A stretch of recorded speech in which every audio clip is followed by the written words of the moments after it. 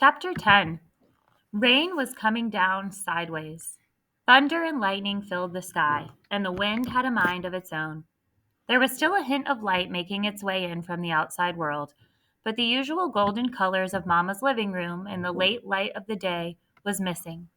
A stillness and a gray had took over the whole house. Mama never said one word when she swept up the broken glass and dirt and pieces of her favorite hanging plant into the dustpan that Mama held for her. The little ones didn't even wander in there and get in the way. Somehow they just knew to stay put and not be whiny. Daddy and Georgie had stretched thick silvery tape crisscrosses on all the windows while I laid out the papers that Meemaw gave me. She showed me how to put them down for Cricket, since we wasn't going to be able to take her outside to do her business. Miss had herself stuffed into the corner of the couch. She looked lost and uncomfortable without Uncle T-Bone to hang on. Her eyes were fixed on the floor, and her shiny knees moved up and down as fast as her feet could bounce. I almost went and sat next to her, but I went into the kitchen instead. Mama was sitting at the table with her head in her hands. Meemaw was keeping herself busy wiping down the counters with a rag. The trash bag covering the hole where the window used to be was flapping loud and poofing like it was going to tear loose at any minute. I couldn't take my eyes off it. "Mama, can I have water?" Mama never looked up at me. Just one.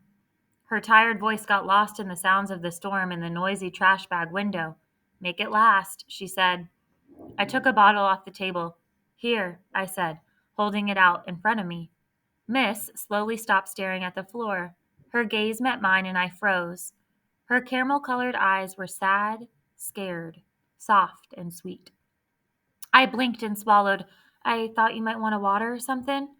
She took the bottle and pressed it against her chest.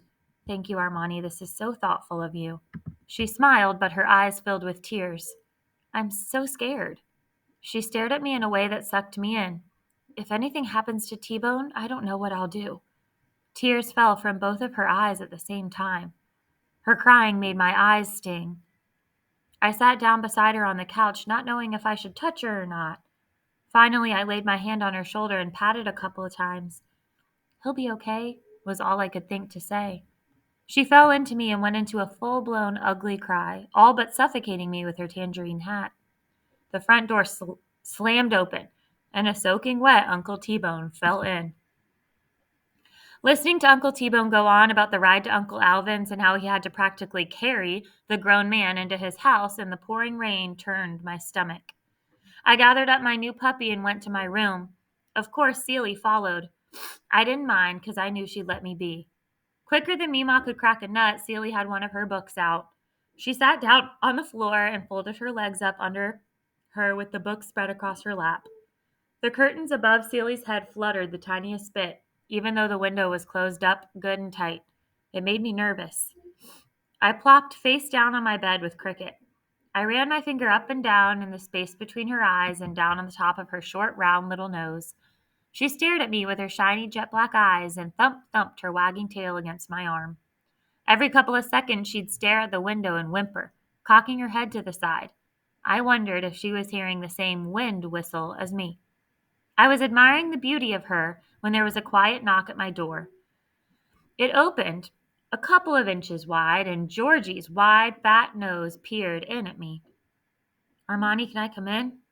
"No," I said with no energy. Georgie walked in anyway. He sat on the edge of the bed. I scooted over, making sure no part of my brother was touching me. Cricket left my side and crawled up on Georgie's lap. He bent his face down, and she licked him on the chin. He laughed and petted her. She went to licking faster, all over his face. I'd seen enough. All I could do was pray that Cricket hadn't picked up some dreaded disease from that ugly boy's face. I sat up. "Come here, Cricket," I called in my baby talk voice. "Come here." I clicked my tongue a couple times. Cricket hopped over to me and sniffed my hand, all the while wagging her stumpy tail. Then she turned around and hopped back to Georgie, picking right back up with the licking. "She likes me," Georgie said. He kissed my puppy on the top of her head. "Whatever," I mumbled. I folded my arms across my chest. Celie smiled at me over the top of her book. "Anyway," Georgie said, still playing with Cricket, "I just want to tell you that I thought it was cool the way you stuck up for Tay-Tay." "What?" I said. Georgie jumped up to his feet, dancing on his tippy toes around in a circle, boxing the air. I rolled my eyes and unfolded my arms. In a really high, squeaky voice, he said, "My name's Armani Curtis. Mess with me or my cousin, I'll kick your butt." Georgie laughed at his own self like he was the funniest person alive. A boom of thunder shook the house at the exact same time that a huge, bright flash of lightning lit up my room like someone was shining a spotlight. The three of us stopped breathing and stared at each other. Celie grabbed her book sack and leaped onto our bed.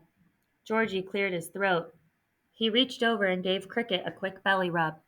"Anyway," he said. "Yeah, anyway," I said, just 'cause. "Well, happy birthday, sis." And before I realized what he was fixin' to do, that crazy boy bent down and kissed me on my cheek. I swatted at him, but Georgie moved too quick. He was out the door, bouncing off the walls and into the dark hall. "What an idiot," I grumbled. I threw myself back on the bed. Celie snuggled up next to me and opened her book sack. She put her book inside and pulled out her journal and fluffy feather pen. I lay there with Cricket, feeling sticky and hot.